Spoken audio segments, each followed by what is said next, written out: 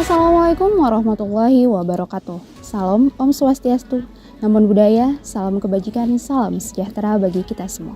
Halo Sobat Budaya yang ada di mana saja. Destinasi wisata tidak hanya terkait soal pantai ataupun air terjun.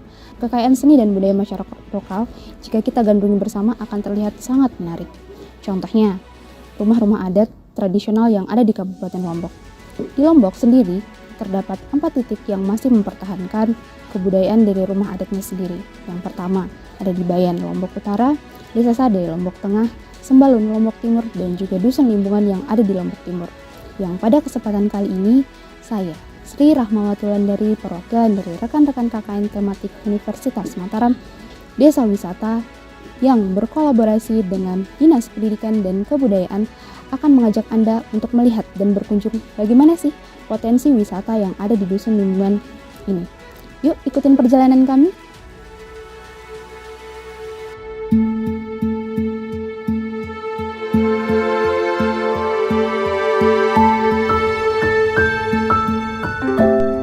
Rumah adat Limbungan atau Balai Sasak Limbungan adalah suatu rumah adat tradisional di suku Sasak yang berlokasi di Dusun Adat Limbungan, Desa Prigi, Kecamatan Suela, Kabupaten Lombok Timur, Nusa Tenggara Barat, yang berdiri sejak ratusan tahun yang lalu, sekiranya sejak adanya Nippon menjajah Indonesia. Letaknya berada di perbukitan pada ketinggian sekitar 750 meter di atas permukaan laut, tepatnya di bawah kaki Gunung Rinjani.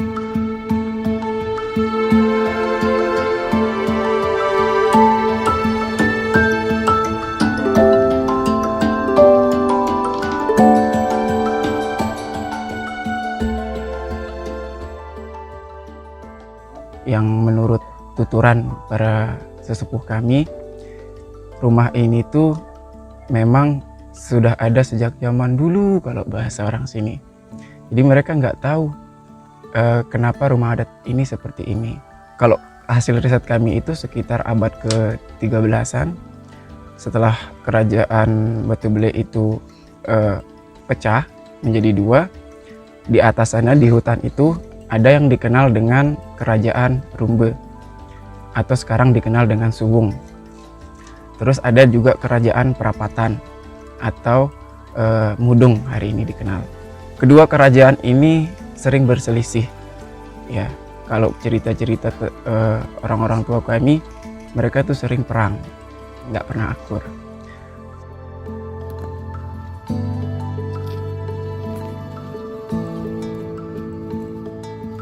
Mereka nggak perang secara fisik, tetapi perang ideologi lebih tepatnya, yaitu di mana kerajaan Rumbe itu Islam tapi masih kuat dengan adat, dipadukanlah adat dengan Islam, sementara kerajaan Perapatan itu kental dengan nuansa Islaminya. Si rajanya ini menghilang, mengasingkan diri, gitu. Dibubarkanlah, disuwungkan. Suwung itu artinya sepi. Makanya wilayah hutan itu sekarang disebut Suwung karena itu bekas kerajaan disepikan. Artinya disuruh nyebar rakyatnya. Nyebar, ada yang turun ke sini, ada yang ke bawah. Nah, terbentuklah desa-desa kecil. Nah, kalau dulu desa mereka di sana, di kerajaan itu. Tapi setelah disumbungkan tempat itu, disuruh nyebar, lalu berdirilah gubuk-gubuk kecil. Kalau dulu setelah nyebar itu tidak langsung jadi gubuk perkampungan semacam ini gitu. Mereka hanya membangun rumah di ladang masing-masing. Lalu kemudian berinisiatiflah orang-orang yang tadinya rumahnya jaraknya jauh, tiap-tiap ladang, mereka berkumpul di satu lokasi sehingga terbentuklah sebuah komunitas masyarakat.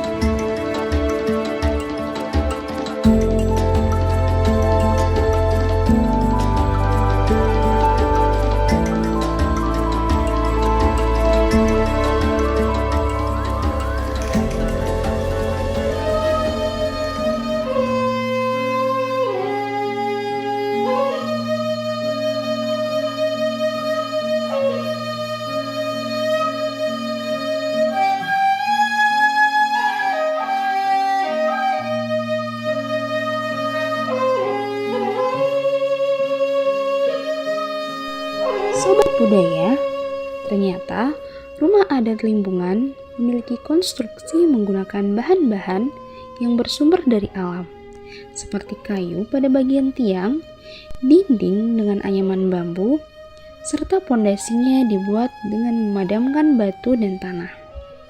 Nah, lantainya terbuat dari tanah yang dicampur dengan kotoran sapi, serta atap yang terbuat dari alang-alang berbentuk limas. Hal tersebut menjadikan rumah adat Limbungan menjadi ringan dan lentur, sehingga tahan terhadap guncangan. Contohnya saja nih, rumah adat ini tidak terdapat gempa pada bulan Juli sampai Agustus tahun 2018 yang terjadi di Lombok kemarin. Jadi perbedaannya yang sebelum dikasih bantuan sama pemerintah, dulunya jalan-jalan yang di sini itu real tanah gitu. Jadi setelah dikasih bantuan dibuatkanlah jalan-jalan beton seperti ini. Jadi agar tidak becek ketika tamu atau pengunjung datang ke sini, yang seperti kita lihat pada saat ini. Dan juga ada juga bangunan-bangunan fasilitas-fasilitas umum yang dibuat ketika ada sumbangan dari pemerintah, itu seperti yang dulunya tidak ada toilet umum, sekarang sudah ada toilet umum. Dan juga sebelumnya tembok-tembok pagar pembatas antara desa adat ini atau kampung adat ini dari kayu gitu, sekarang udah dari beton seperti itu. Jadi sekitar rumah adat ini khusus itu tidak boleh dibangun bangunan yang permanen, kecuali tembok-tembok pembatas yang ada di rumah adat ini seperti itu. Itulah sedikit perbedaan seperti itu. Dan juga kalau sekarang karena memang udah zaman modern seperti itu, yang dulunya orang-orang sini seperti itu tidak menggunakan listrik, dan sekarang bisa menggunakan listrik seperti itu.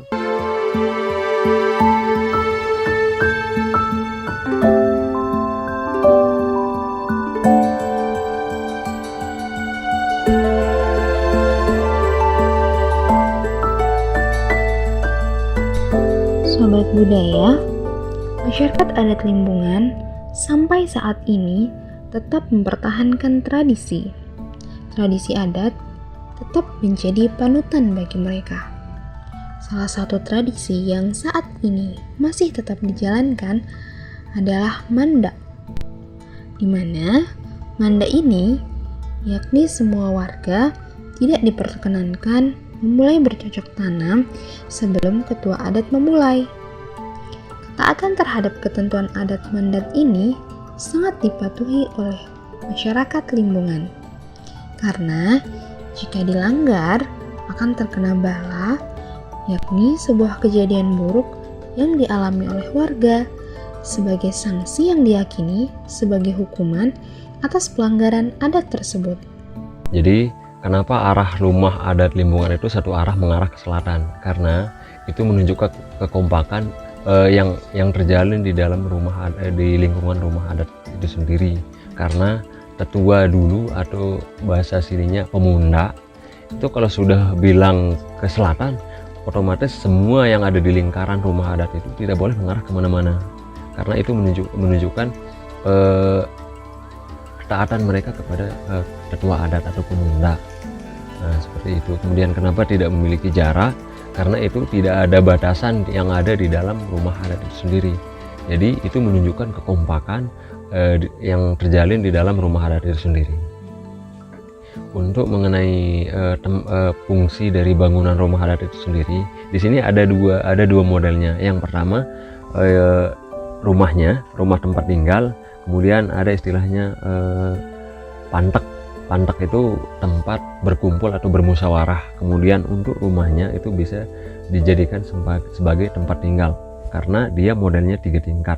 Di tingkatan paling atas itu tempat menaruh bahan-bahan kayak bahan-bahan peralatan rumah yang masih baru-baru. Kemudian yang di tingkatan yang kedua itu tempat istirahat atau tidur yang memiliki rumah. Kemudian yang di bagian yang paling dasar yang ketiga itu ya biasa tempat-tempat baring-baring, tempat istirahat.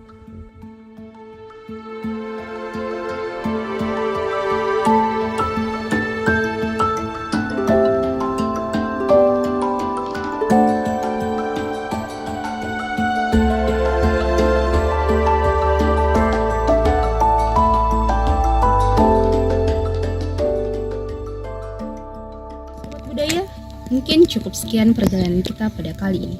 Harapannya semoga rumah adat Limbungan tetap kokoh berdiri dan tidak terkikis oleh perkembangan zaman. Saya, Sri Rahmawati Wulandari dan rekan-rekan KKN Tematik Universitas Mataram serta Dinas Pendidikan dan Kebudayaan Lombok Timur pamit undur diri. Wassalamualaikum warahmatullahi wabarakatuh.